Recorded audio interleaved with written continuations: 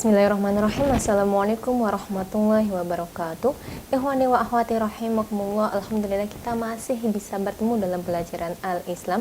Oke, pada pelajaran sebelumnya kita sudah belajar tentang pengertian haji, keutamaan dan juga manfaatnya.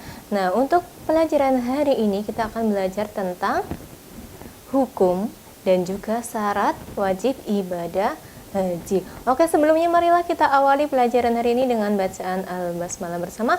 Bismillahirrahmanirrahim. Sekarang langsung saja ke materi.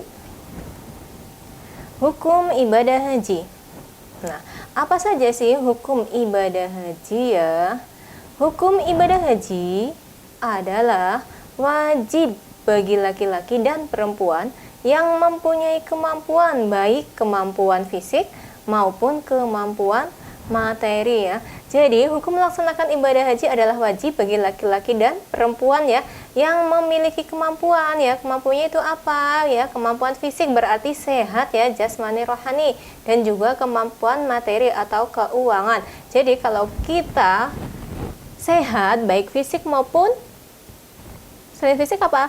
Selain fisik, baik jasmani maupun rohani, tetapi materi atau keuangannya tidak ada, berarti kita tidak wajib untuk melaksanakan haji. Yang wajib ialah hukumnya adalah yaitu mempunyai kemampuan fisik dan juga kemampuan materi.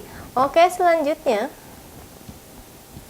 Allah Subhanahu wa taala berfirman ya, walillahi 'alan nasi hajjul baiti man istata'a ilaihi sabila wa man kafara fa innallaha ghaniyyun 'anil alamin, yang artinya mengerjakan ibadah haji adalah kewajiban manusia terhadap Allah, yaitu bagi yang sanggup mengadakan perjalanan ke Baitullah. Jadi di sini adalah yang sanggup, yaitu yang sehat jasmani rohani dan juga sanggup materi atau keuangannya.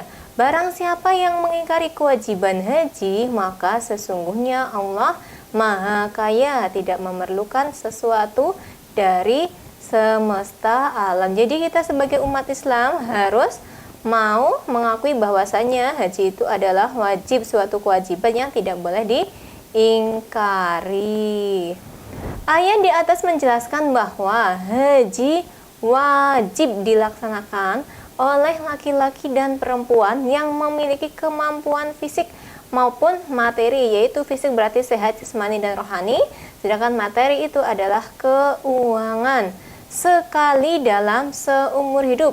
Jadi haji itu wajib sekali dalam seumur hidup. Nah, kalau yang kedua 3 kali dan seterusnya itu berarti bukan wajib lagi ya, yang wajib hanyalah 1 kali seumur hidup. Dan bagi seorang muslim yang mengingkari kewajiban ibadah haji, maka ia telah keluar dari Islam atau telah menjadi kafir. Jadi sebagai seorang muslim kita tidak boleh mengingkari kewajiban ibadah haji ya. Kenapa? Karena kalau kita mengingkari, maka kita sudah keluar dari Islam ya, atau telah menjadi kafir. Oke, selanjutnya kita belajar tentang syarat wajib haji. Apa saja syarat wajib haji? Nah, yang pertama syarat wajib haji adalah muslim ya, seorang muslim, yaitu seorang yang akan melaksanakan ibadah haji haruslah ya, salah ketik, haruslah beragama Islam, sudah pasti ya. Kalau bukan Islam ya tidak wajib menjalankan ibadah haji, yang wajib hanya orang yang beragama Islam. Selanjutnya balik ya.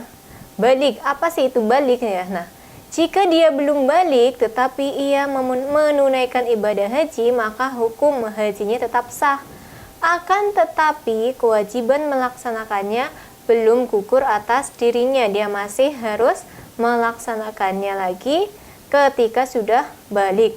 Balik sendiri itu apa? Balik yaitu seseorang yang sudah mengetahui antara halal dan haram, antara yang baik dan yang buruk ya. Kalau kita balik itu termasuk sudah dewasa ya, sudah dibebani tentang sholat 5 waktu, puasa dan sebagainya. Nah, jika misalnya nih anak kecil umur 4 tahun atau 3 tahun kok naik haji, maka hajinya tetap sah ya. Akan tetapi kewajibannya belum gugur ya. Jadi dia harus menunaikan ibadah haji lagi nanti ketika sudah balik. Selanjutnya, yang ketiga adalah berakal ya. Akalnya sehat, bisa berpikir dengan baik, yaitu dapat membedakan antara perintah dan larangan, antara yang halal dan yang haram, antara yang baik dan yang buruk ya, seperti halnya balik tadi ya. Jadi kalau misalnya orang gila berarti tidak wajib melaksanakan haji. Kenapa? Karena akalnya tidak sehat, dia tidak tahu mana yang baik dan yang buruk ya, yang halal dan yang haram. Nah, lanjut.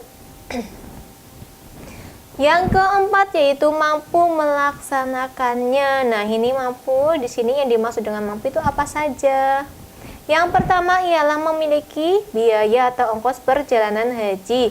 Jadi, orang yang diwajibkan untuk melaksanakan ibadah haji ialah orang yang mampu melaksanakannya. Yang pertama ialah yang memiliki biaya atau ongkos untuk perjalanan haji ya. Kita sudah sehat nih tetapi tidak mempunyai ongkos atau biaya ke Baitullah, ke Makkah, maka kita tidak wajib melaksanakan ibadah haji. Yang kedua yaitu tersedianya tempat tinggal, makanan dan minuman. Jadi di sana ongkos kita itu bisa untuk makan, minum, serta tempat tinggal selama kita menjalankan ibadah haji ya. Tidak hanya untuk perjalanannya saja, tetapi juga harus mampu untuk membiayai makan, minum, serta tempat tinggal kita di Makkah. Selanjutnya, memberikan nafkah atau kebutuhan hidup yang cukup bagi keluarga yang ditinggalkan.